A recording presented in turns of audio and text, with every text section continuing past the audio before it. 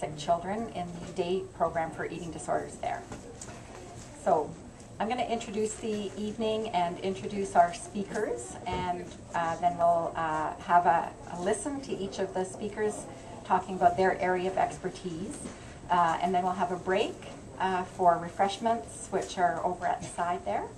I hear the Cousateries has supplied the pastries, so that's very good. And then we'll come back and have a question-answer time. So we're very happy to have you all here tonight for our discussion. We're grateful to the Canadian Institutes of Health Research for making this event possible.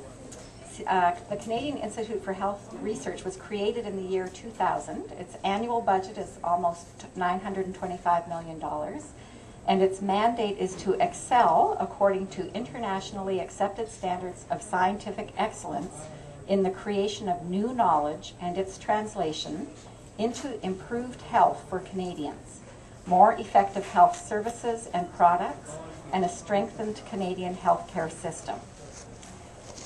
And Café Scientifique, which is what this is tonight, started in the late 20th century as a way to hold informal discussions about scientific subjects. They were never intended to be lectures. There's a seat at the front if you would like to take one of those. The same holds true for CIHR, Café Scientifique. They are meant to provide insight into health-related issues of interest to the general public and to provoke questions and provide answers. The whole goal is to use research evidence to help inform opinion and discussion. It's not based on bias or stereotypes, but actual evidence. These cafes are held in restaurants or libraries or shops for an informal but evidence-based conversation.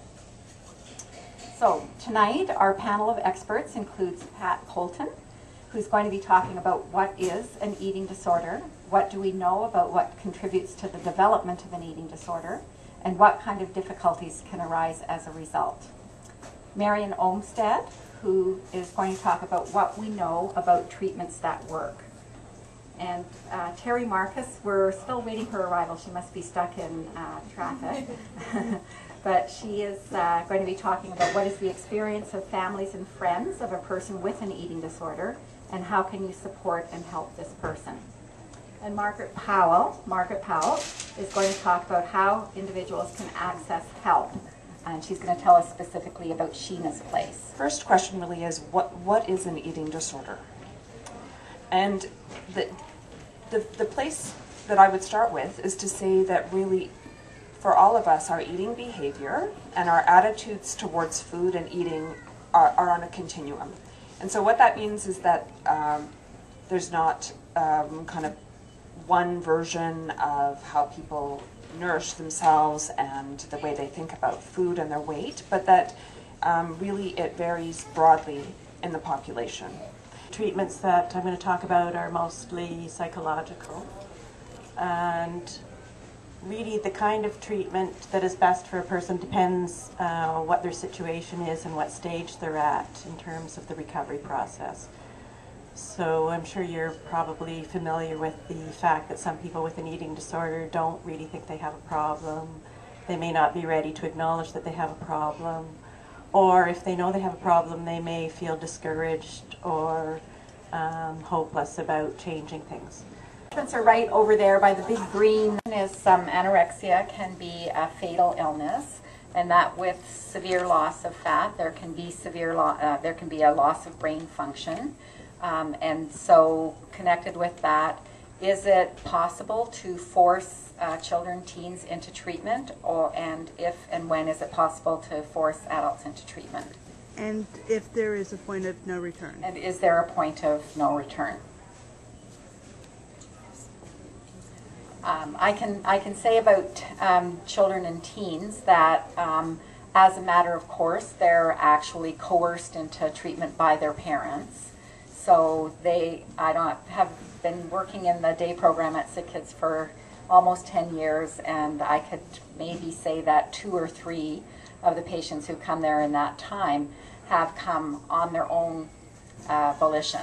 The rest have come because their parents make them, And that's what they tell us, and that is actually what allows them to come and get the treatment, because it's very difficult for them to initiate it on their own just because of the nature of the illness. So they do require that. There are also a small percentage of patients who have to be deemed incapable of making decisions on their own through a legal process, and who are then required to have treatment as a result of that. And there are brain studies that show that there are cognitive and actual physical effects on the brain of starvation, and that so it affects memory, and probably Marion can tell you some more. Starvation affects concentration, judgment, lots of things like that. The actual size of the brain shrinks, and more cerebrospinal fluid fills the space that was previously occupied by the brain. We're not sure to what extent that is all reversible, and so I don't know that we could say what the point of no return would be in terms of some of the effects of that on the brain. Of adults, it's actually quite a different situation. The philosophy is a little bit different, and the law is substantially different, so that in general adults cannot be forced into treatment. And in fact, all of the treatment programs for adults here in Ontario are strictly on a voluntary basis. That means no one can be forced into them. Sometimes people are encouraged into them or pushed into them by family, or by family setting consequences or an ultimatum that then leads to the person engaging in treatment, but it really has to be their decision. There are in extreme life-threatening circumstances, people can be held under the Mental Health Act and can be forced to get to a minimal weight that they are not in immediate danger. But that has been interpreted very strictly here in Ontario. So, for example, in children and teens, what might be deemed kind of grounds for this would be more developmental potential, or that you're concerned that the person isn't going to reach full growth. Whereas with adults, it would be more like, you're so medically unstable that we think you might die today, and therefore we're going to force you in the hospital. So sometimes people will have to spend days or weeks, or very rarely months, usually on a medical unit, occasionally on a psychiatric unit, getting to kind of a minimal weight that allows them to be medically stable. After that, what is the relapse on that type of patient? I haven't seen any studies on it, so I think I don't know the answer to that. It's not great treatment. It's more of kind of a band-aid.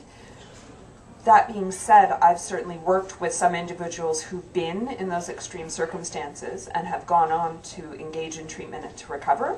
Okay. So I think you would be looking at those as a way to keep the person alive, because I actually don't think there is any point of no return. Until a person is dead, there is no point of no return, and so it is to keep the person alive with the hope and the expectation that they can recover.